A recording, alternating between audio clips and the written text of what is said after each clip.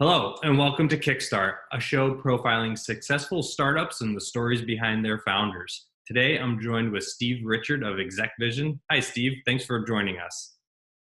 Hey, Patrick.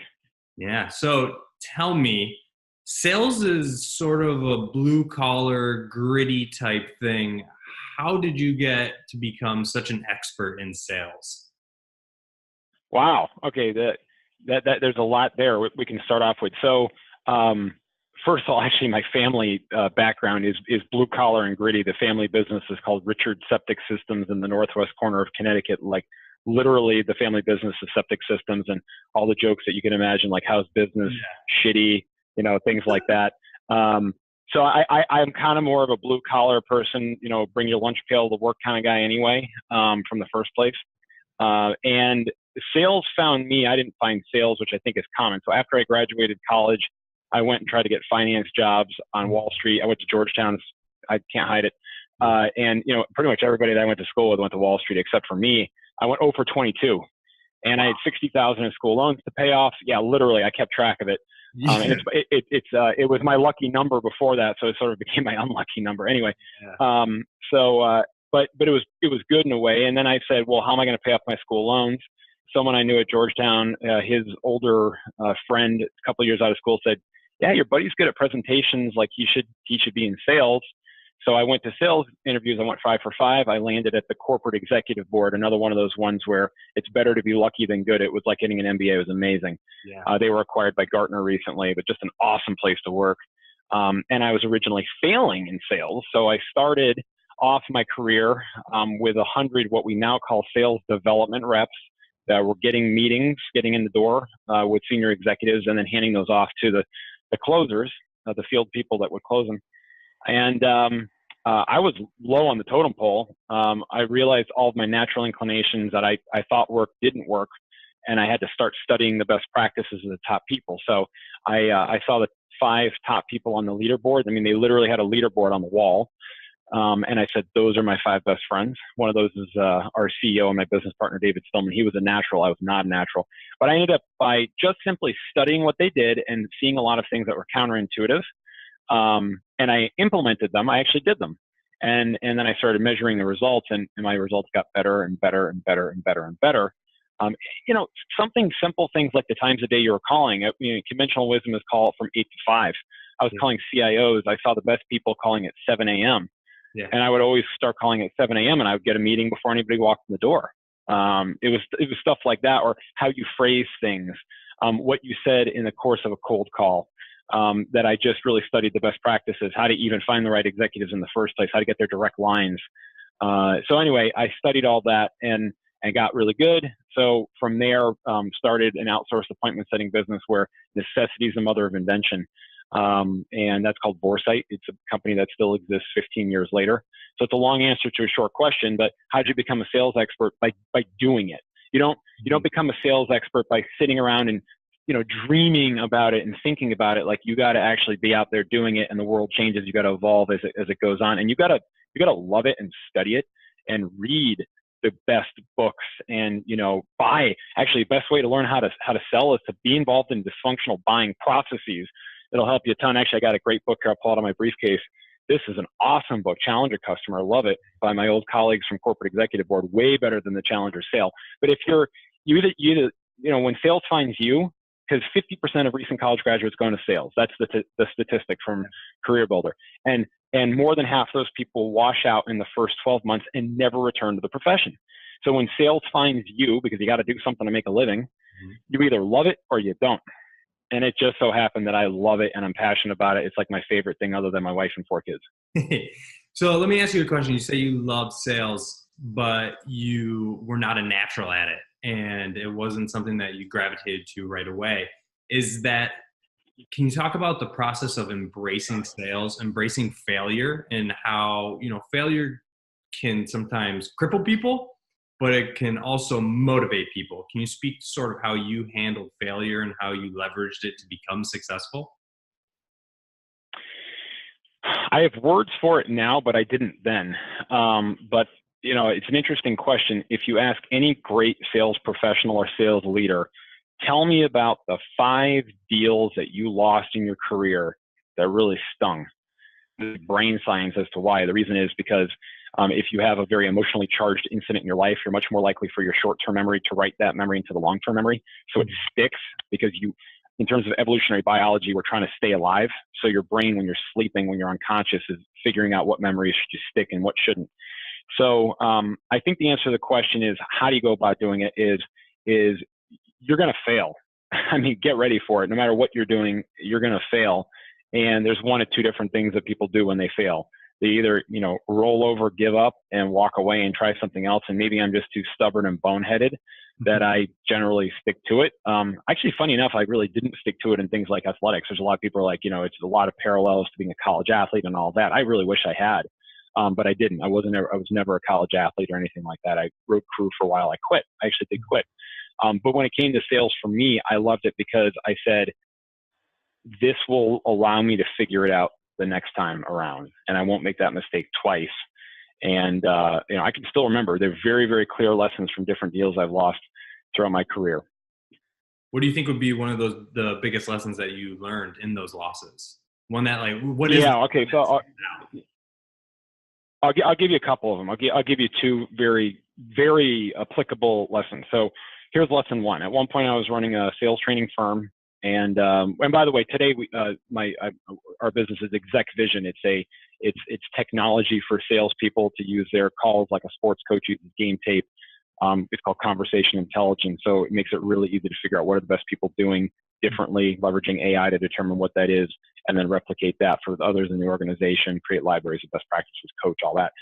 Anyway, I was running a sales training firm at the time, and one of our clients, I'm not going to say who they are, in Northern Virginia, the guys I was talking to, the VPs of sales, were like, yep, we're going to have you come in. We're going to do another session in January. This was October. They said, it's just a formality, but you have to meet our chief revenue officer. We have a new chief revenue officer. You got to meet him, but it's a formality, it's just a meet and greet. Okay. So I go in there as a meet and greet because I drove a great result for them. They were up 50% on pipeline and everybody was happy. Went in there, and it was just an absolute rake you over the coals kind of meeting. There was no sense of humor whatsoever. There was no warmth, and it was just grilling you, and you're kind of like, geez, I mean, I've generated a massive ROI for your company. It's just drilling me and grilling me. So when I left there, he had all this work he wanted us to do in order to earn his business, and we being the dutiful sales reps that we were, we just did it. We buckled down, we stayed late, we nights, the whole thing. And when it was done, we were pretty proud of what we produced. And when we had a chance to present it, he was the most arrogant punk you've ever met in your life. And he just poo-pooed it. He just totally poo-pooed it. And it was really, it hurt. Yeah. I mean, it hurt. And it was like a sucker punch in the gut after we had busted our asses working for free at that point. And we had generated a huge ROI for his company up until that point, and we were being treated like that. Well, guess what I found out later? Someone from the inside called me, somebody else, and said, this guy, his name I'm not going to say, he's best friends with one of your chief competitors in North Carolina. And when I went on to LinkedIn, I looked at, there was one common connection we had, and it was our arch rival. Turns out they're in the same country club.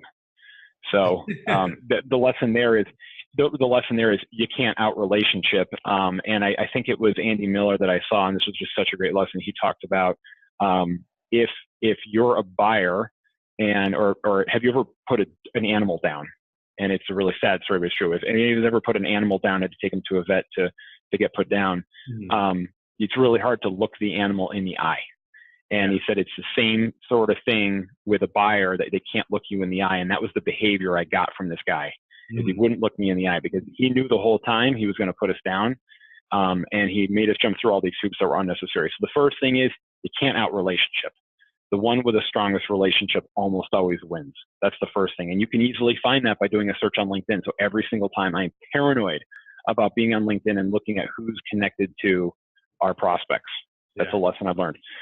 Second lesson I've learned is one time I was in a sales cycle where a really well-known sales enablement expert leader who's a good friend got us into a consensus buying group and kind of navigated us through all their challenges, pain points, everything that was going on, why they were shopping. In this case, it was for a social selling program, who the players we were up against. He was coaching me to a T to win this business. And it was the first call that I was ever on with all the different consensus buying group, probably 7 people on the call. So it's a tricky call to manage, a lot of egos, a lot of personalities on the call at the same time, a lot of people who are already in their own right sales enablement experts themselves, sales training experts. And what I did is I kind of followed spin selling kind of to the letter, and I went in and started asking questions about their problems and the implications. And later on, one of the guys that was in the consensus buying group even wrote an article about me, and he was like, man, this guy was really good. He was asking all these really excellent spin selling type of questions, but as a buying group, we were not in the needs recognition part of the process. We were in the evaluation of options part of the process. So the way you sell has to align to where the buyer is in their buying journey. That lesson has stuck with me hardcore, because I lost the $250,000 deal, even though we were priced at maybe 60% of that. We were coming out at like 180 against their 250, and I knew it, but they presented capabilities. They did the thing that most people would say don't do. They basically showed up and throwed up capabilities. They talked probably 90% of the call, but what they did, my competitor did, they outfoxed me that I didn't do, is they aligned what they were doing as a salesperson to where the buyer was in their stage of the buying journey, in this case, evaluation of options. Mm-hmm. So that stuck with me hardcore, is like, if you are misaligned with where the buyer is, if the buyer is still trying to figure out what their need is and you're presenting a solution, you're not aligned with the buyer, and you're not going to get as good of an outcome in the sales you possibly could. And the same goes with any phase or stage of the buyer's journey. And if you're looking for that, if you're a founder listening to this, or an early stage company sales leader, you just Google customer buying journey or customer decision making process or any of those things, and then click on images, and you'll see 8,000 pictures of various types of funnels. Sometimes they're sideways funnels or vertical funnels, or sometimes they're circles or whatever, but it's pretty easy to find the customer buying predictable phases of customers buying process. And man, if that's not an important lesson, because if you're going to sell to someone, you better understand predictably where they're going to be in their buying process, and you better align to where they are. Yeah, I think it's easy for salespeople to sort of get stuck in their pitch and stuck in their story instead of responding to the buyer. Do you think that in those moments you were not conscious of where the buyer was? Do you think there was a disconnect there? Like, where do you think that came from? I thought they were earlier. I was actually coached by this other person who was my friend. He was trying to help. I was coached that they were still trying to figure out what their vision looked like and all that stuff. So I was trying to help them better define the problem. And once they had a better defined problem, then I was trying to build their buying vision. Well, as it turns out, the whole buying consensus group was further along in their journey. And it turns out that they were at a point where they had a clear buying vision that had been established. And in this case, it was probably by the other vendor. Yeah. And because they established a criteria, I was pitching against criteria where I was pitching dead in many cases. But if I knew the criteria in advance, or if I started the call and said, look, I know you have this need. This is why you have to solve for it. What are your criteria for a solution? And they go, well, it's criteria A, B, C, D, E, F, G. Great. Here's how we can deal with that. Here's how we do A. Here's how we do B. Here's how we do C, D, E, F, G, Q&A, da-da-da-da. What are the next steps? That's the way to conduct that call. It's a very different call flow than the typical discovery and qualification, blah, blah, blah, blah, blah, blah, blah. It's different. Mm-hmm. Now, at what stage in your professional career were you encountering those? Was this still when you were at CEB, or was this when you had already left? I had stories like that at corporate executive board. I'd say I have 5 in my career that are kind of like that. And the most recent was, I don't know, only a couple of years ago, or a year and a half ago. I mean, if you don't have stories like that, mm-hmm. you ain't going to the plate. Yeah. What my friend Art Sobchak says this, and it's so true. He says, sales is the school you never graduate from. So if you're gonna get up there and you're gonna take swings, then you're gonna miss. I don't care who you are. I don't care how much you studied it. I don't care how much passion you have. It doesn't matter. Yeah. When you were at CEB and you were trying to schedule meetings and get a hold of all these high-level executives, how receptive are they to essentially a cold call and catching them off guard at 7 a.m.? How would you engage them in conversation where they would instantly look at you as a peer and respect that this random person that's calling me at 7 a.m. has some value that they can offer me. Wow, you're on a roll. So the first thing is most people are not immediately receptive to a cold call. In other words, people don't answer the phone saying, boy, I'm so psyched you called me. What's going on? But at the same time, people answer their phones knowing it's a cold call or sort of accidentally thinking it's somebody else that's calling. So you have the opportunity to engage. So to answer the question, does cold calling work? There's all sorts of data that can prove that cold calling is one of the channels for developing leads. Absolutely 100% works. Is it an easy thing to do when it's an unscheduled, unexpected call? No. No, it's not. Initially, until you understand how to do it, and then it is actually very easy. It's very easy. So now going to your question of how do you do it? Well, the first thing that I learned is how to lead off in the first place with something that's actually pretty controversial, permission to continue, right? So should you say, hey, did I catch you at a bad time, or do you have a moment, or one of those things? So we've tested a lot of that kind of stuff. Another one of our philosophies here at ExecVision is test everything, A/B test everything, so that rather than it being like, I think this works, or it's my hunch, I have a feeling it works. Instead, it's like, I can empirically show with data it does. So one of the things that we learned when we tested permission to continue is you get it around 75 to 82% of the time, something like that.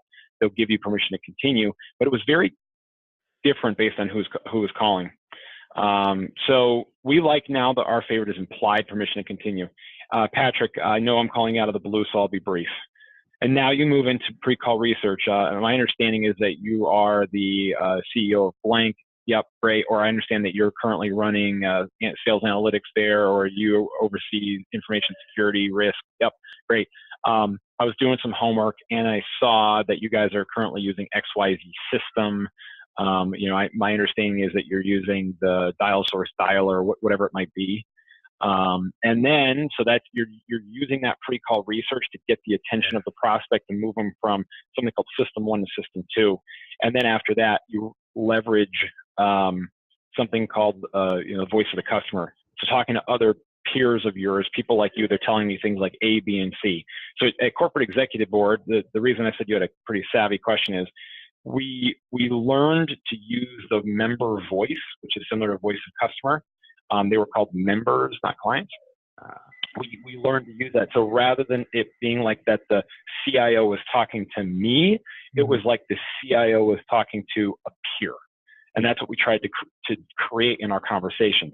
This reminds me of a time I talked to the CIO of Heinz. She mentioned blank. How are you thinking about that right now? And then you earn the right to ask questions through this peer dialogue that you create. Yeah. And then finally, you close them for concrete next steps. And you can usually ask some extra questions after you've closed them for next steps. We call them button-up questions. And that's it. I mean, there's your rough blueprint, but there's a lot more to it than that. I mean, when we train our people internally, we spend 2 days on that alone. Yeah, I can tell just by the way you talk about these conversation analysis that you have a science to it, and I can tell that a lot of it is probably in the ExecVision curriculum. I'm excited to get to that part, but what I find with a lot of successful companies is there's usually an aha moment, right? When you kind of when you identified that there's an untapped need in a market, and or you kind of had this great moment where you realize I have an awesome idea and I want to see this through. Did you have one of those for either Vorsight or ExecVision? Yeah, there were two. So actually there were three. The first one was for the outsourced appointment setting business, I should say, Vorsight, where once we were out of corporate executive board, my business partner, David Stillman, and I, it was really actually him originally. He goes, boy, salespeople stink at prospecting and they don't have time for it. And we're really good at getting in the door from what we learned when we were at corporate executive board. Let's go do pay for performance appointment setting. So that was the first aha, and it became very easy to get clients for that.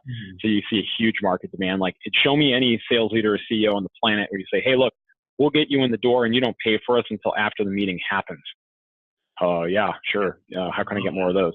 That was the first epiphany. Second epiphany is along the way, people are saying, teach us. All of your people are these fresh, recent college grads. You're getting them to be better than my people. They produce a higher quality or quantity, but more importantly, a higher quality of appointment than I am or my team is. And my team makes more money and they're older. So come and train us and teach us your best practices. That was the second aha moment. And then the third aha moment is in our own team, and this goes to the technology piece. Actually, it was even kind of before that. When we were doing the sales training, I trained over 200 organizations back in the day with my team, with our team.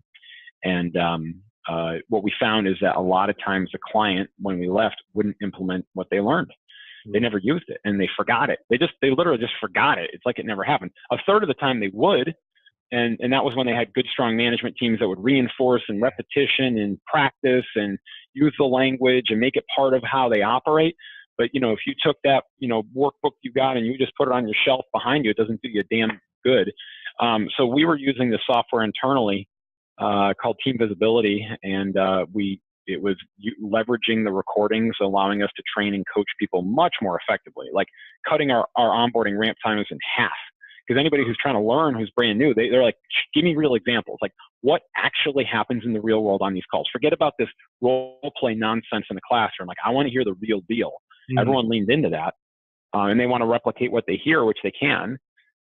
So we were using this software, and we had a chance to buy the company. So we bought the company. That's ExecVision, and now we've got a lot of customers and a lot of people out there that are doing the same thing, leveraging their calls, solving for the problem of this big pile of call recordings nobody ever touches, leveraging artificial intelligence to figure out things like talk versus listen ratios, monologue versus dialogue, keywords and topics, trends within the calls themselves, and then do things like score the calls, share the calls, build a library of the best calls.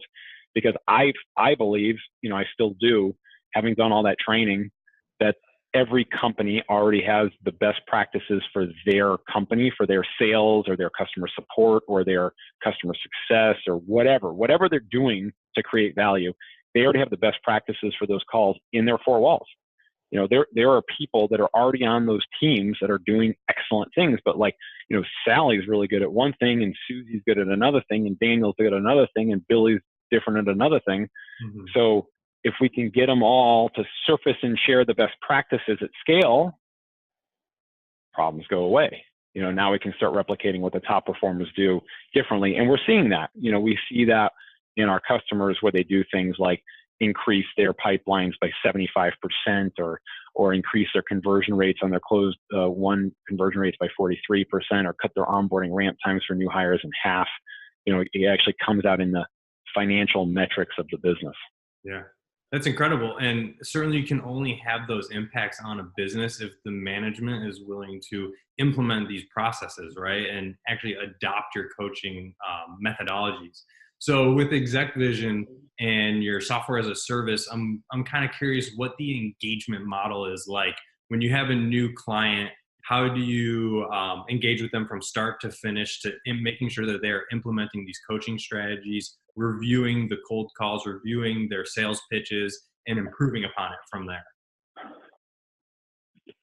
So we talked about the forgetting curve before and how the brain is wired to purge information, just like a computer. So the short-term memory in your computer is purged or dumped. In your brain, it happens when you're sleeping.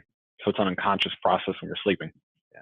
So if you want to overcome the forgetting curve, it takes iteration. It takes a series of events over a period of time, a series of coaching events. So number one, in terms of how you get up and running, well, we do the integration. So ExecVision actually doesn't record anything, but we integrate with online screen sharing tools like Zoom. Like we're on Zoom today, we integrate with Zoom. Dialers, like InsideSales.com, DialSource, Five9, stuff like that, TalkDesk. Phone systems like RingCentral, Vonage, those kinds of things. So we're ingesting all these different recordings from their sources. So once those integrations are done and everything's up and running, we also connect with the CRM so that combines the recordings with the CRM data. So now you can search for all the call recordings from one company, or search for all the calls from one rep, or all the calls that contain these topics versus not. And it's all transcribed. So once their ExecVision instance is up and running, then the fun begins. Now we do things like, number one, we define what does good look like. Every call type has, call it 7 to 10 key behaviors associated with it. And the behaviors there's some commonalities from business to business, but really they're specific for the business. And you want them customized and completely tailored and bespoke to a business and a type of call. So I just did this one of our customers today in Tyson's Corner, Virginia. I just got back from there. They've got about 100 sales development reps. And we identified what are the 7 key behaviors. Does the rep blank? Does the rep inquire about so that we can then measure the behaviors if they are happening or if they are not happening. Step 2 after that is once we have a heat map, a skills heat map of your reps, some of these reps are good at these things and bad at these things. Now it becomes a question of change their behavior. Billy is really good at the lead-in. Bobby's really bad at the lead-in. I'm going to have Billy do peer coaching with Bobby until he gets him up to his level. So now we can build coaching plans in the software to say who's going to work with which person over what period of time on what frequency of interval to change the behavior, and then how are we going to measure success. So we can see that Bobby's lead-in, originally it was like a 1 or 2, and all of a sudden we can move it up to like a 4 over time. Bing, that's success. That's exactly what we want to do. And then we'll see his conversion rates go up because he's improved on that skill that he was really lacking in before. So it's this process of identifying what good looks like, generating the coaching plans, and then teaching people how to coach the right way. Most people don't know how to coach. They coach by telling, Patrick. So they'll listen to a call and say, boy, you really should have said this instead. And this is a lesson I borrow from a good friend of mine named Jim Keenan. He's a professional ski instructor and a sales expert in Colorado. And he goes by Keenan. He's an interesting guy. He says he uses this model called observe, describe, prescribe that he learned from being a ski instructor. So when you coach, people can't see themselves. So if you're going to coach someone, you can see them and they can't see themselves. So if you say, hey, Patrick, do you know that right there you just did this? Oh, no, I really didn't know that. So observe, suspend judgment. So don't judge people. This is not Simon Cowell on American Idol. We don't judge people. We just simply tell them what they did, and then we prescribe. So observe, describe, then prescribe. Hey, here's an example of one. A typical thing that salespeople do is they will be doing discovery. They usually do very surface level questions like the qualification questions, very surface level. Yeah. They never get in. They don't get into pain as much as they could, or maybe they find out what's your biggest challenge. Ooh, good question. And you hear the buyer says their challenge, and they're great. Here, we can solve that challenge. Watch this. We solve that challenge by doing this and this and this and blah blah blah blah blah blah blah blah blah. And at the end, the buyer's like, yeah, that's not really what I'm going for here. So we could say, observe. You asked surface level questions. You asked a question about their challenges. You then went and pitched a solution. What could you have done differently to develop the prospect's need first and understand the real impact before you transition to the solution? What would that sound like? And then get the rep to figure it out for themselves and go, boy, I should have asked about what is this costing their business? What's the impact of their business? Who else has this been affecting? How long has it been going on? What have they done to try to fix it? Ask all those additional questions that, Sandler would call the pain funnel. Sandler sales training would call the pain funnel. So there you go. Coaching, observe, describe, prescribe. That's awesome.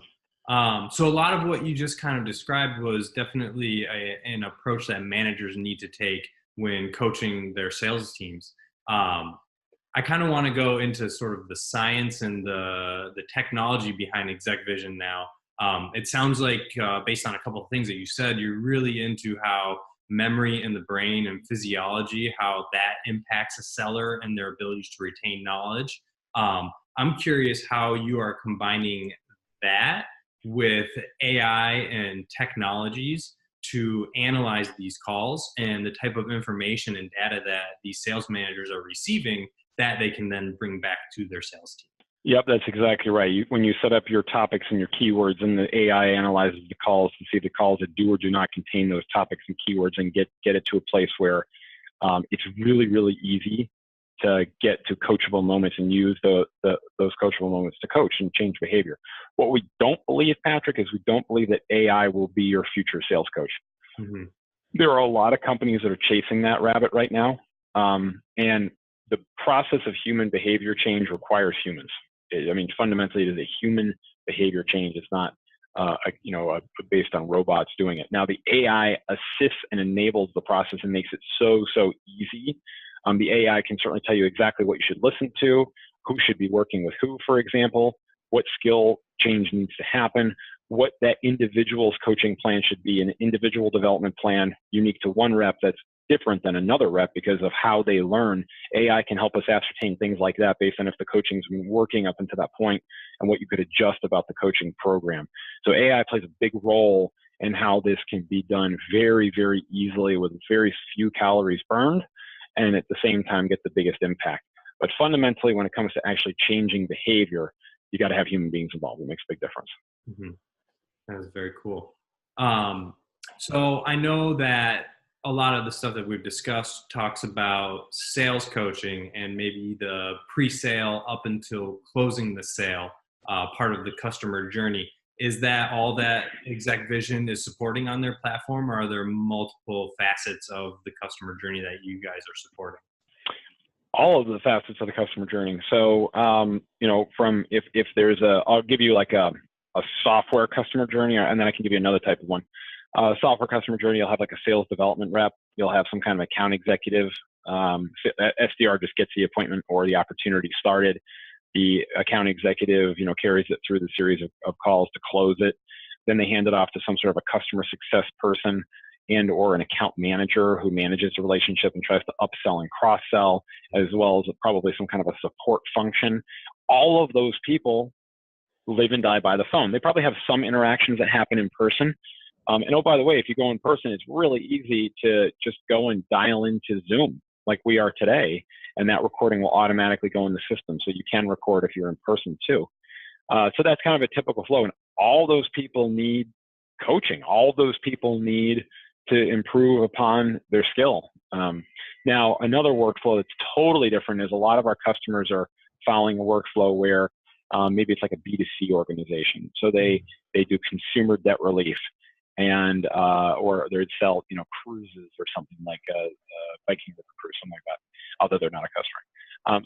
So the way that works is there's a ton of advertising that happens, and consumers either call in to some sort of a call center or inside sales center, or they fill out a web form, and then they then call back into the web form. So like On Deck Capital, they're calling web forms a lot. That's one of our customers in New York. Always calling into the web form, and then that individual carries that whole thing throughout, and then they pass it off to like a deal origination team, and they have to approve the credit. And so there's a very different series or kind of customer journey, customer path from the beginning to the end to actually when they realize value and then they renew or they get another loan or whatever it might be. But again, it's the same thing in common. The customer journey is a series of conversations. That's really what it is. Yeah. If you think about any business, really the most precious asset you have in a business is your conversations. And the fact that many of these organizations, they don't even record. I mean, forget about all the stuff I'm talking about with software, with conversation intelligence. They don't even freaking record them. So you can't even do basic things like go back and make sure that you heard something correctly. If you missed a note in your notebook, you can't do basic things like share a portion of the call with the customer or share a portion of the call with someone else internally in your company so that you can get them up to speed, and forget about coaching and behavior change. I mean, that's like a Monday morning quarterback. Hey, Patrick, remember when you got intercepted? Which one? I had 3 that day, coach. The second one, right? Yeah, I mean, that's preposterous. The fact that in athletics, they would go, well, let's watch the tape. There's the second interception. Let's see what happened. Let's break it down. The fact that we're not doing that in sales and breaking down the plays, breaking down the sales calls is just pathetic. And there's this wonderful book called Flawless Execution by the Navy fighter pilots. And they talk about in the Navy with the fighter pilots, they have a brief, they have their execution, and they have a debrief. So first you brief in advance to prepare for the mission, then you do the mission, and then after the mission, you debrief the mission. And that circle is how you create flawless execution. That's the reason we lose so few people in these missions, and we have the best Navy and the best Army and the best Marines and the best, you name it, Air Force in the world, Coast Guard, every one of them, the best in the world. And the reason we have the best in the world is because they follow these practices. Shame on us in sales. Shame on us as entrepreneurs that we don't do that too, that you go for a huge, big, important meeting, barely prepared. And then after the meeting, you don't even talk about what happened and you didn't even record it. Shame on you. Yeah, too often. And I can think of back to my days in supporting sales. too often do I feel like we were sitting in sales trainings and the next week we were regurgitating that same information, and it almost seems like none of it was sticking. And that's got to be something that's speaking to the effectiveness of the meetings that they're conducting too. You can't regurgitate it week after week in a sales training meeting. You sure cannot be doing it live in action, right? Amen to that. And that's why you brief, because if you brief and you say, okay, we're going to apply this lesson from our sales training in this meeting, and here's how we're going to do it, and you do it 2 minutes before, 5 minutes before you walk in the door, and you're fresh, and then you do it in the meeting, and then later on you assess how you did it in the meeting and watch the game tape. That circular process of development is so much more powerful than what you just described. Yeah, I don't think I've ever been a part of a sales team that's actually reviewed calls and specific meetings like that, recording it. Something about seeing yourself and seeing your actions, your mannerisms, how you approach those conversations and those questions can really be insightful. I'm curious, so you guys are integrating with the company's CRM and, Salesforce, whatever it may be, and we're logging calls, we're logging emails, tracking appointments and whatnot. Does ExecVision have the ability to interpret emails as well, or is it all voice and phone? Good question. Coming very soon. And right now we do have capabilities where people can copy and paste in text. So yeah, you can bring in text and kind of QA the text, if you will, quality assurance control the text. Yeah. And in the future, we'll actually be integrated with the email system so that all the email traffic will be available and analyzed by the software. That's interesting because it almost seems like the voice analyzing and the AI involved with that is a little bit more technologically advanced than interpreting the emails, but you guys started off with voice. Yeah, and because all the calls are transcribed, you got to do the transcription first. But you're right. Yeah, you're right. But that was where the need was. We saw that the biggest black box in any organization is what's happening inside the conversation.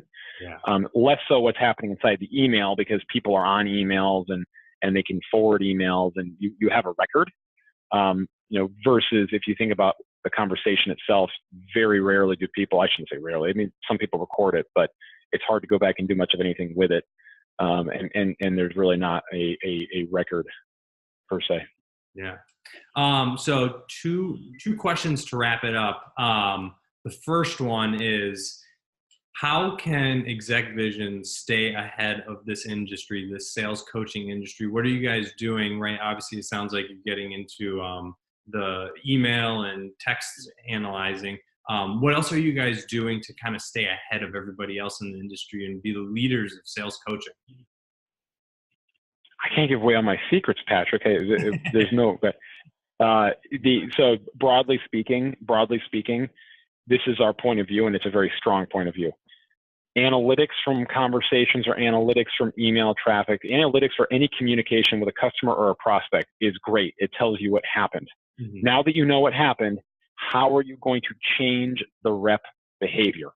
Everything that we're building in ExecVision answers that question of how are you going to use that information to change the rep behavior? And then when you do, how are you going to know that it worked? Mm-hmm. Awesome. Okay, and last question. You've made a lot of sports references, so I got to call you out and ask you, who's going to be in the Super Bowl this year and who's going to take it? Don't you want to say the Chiefs? You got to think the Pats are going to win. And what the hell? Let's go Chiefs, Rams to be different. How about you? I like that. That would be an exciting one. I'm personally a Patriots fan, but that Kansas City team scares me. So we'll find out. And by the time that this goes live, we'll already know the outcome. So the audience will know what happened. You might be right, though. Those are good picks. Awesome. All right. Well, hey, usually I'm wrong, so maybe that'll be good for your Patriots. Patrick, it's been fun. Thank you. Yeah. Oh, hey, one more thing. I forgot to share this with your audience. So we run this thing called Call Camp. Mm-hmm. Every month. It's free sales training. Think of it as free sales training, where it's just modeled after Gruden Quarterback Camp, when John Gruden had that show on ESPN where he breaks down the plays. So it's the same exact thing. Are you we analyze different sales, writing plays out for them? More or less, because we comment on the calls. So we do. Yeah. We literally comment on the calls and break down the calls along the way. So I want that teleprompter. I got to get one, or like whatever they call that thing, the annotation screen on the thing. Yeah. That'd be real cool. But no, it's real calls. We have a topic this time. It's scheduling meetings that stick. It's all about how to schedule meetings that stick. That's the theme. But every month it's a different theme. You know, one month we're going to do a theme on just referrals, and we're just going to focus on how to get referrals and listen to real examples of calls where people do and do not get referrals and do the things the right way and the wrong way. You said that's Call Camp? It's called Call Camp, CALLCAMP, Call Camp. If you Google ExecVision Call Camp, also connect with me on LinkedIn. Steve, last name Richard. I've got the Call Camp links all over my LinkedIn. It's easy to find. And again, it's totally free. It's it's one part, service to the community and another part lead generation for us. But I promise it'll be, very, very good use of your time. And considering the fact that it's completely free, it has limitless ROI. I love it. All right. Well, Steve, thank you for joining us. I appreciate that. And to the viewers, thank you for joining us as well. And we will see you next time.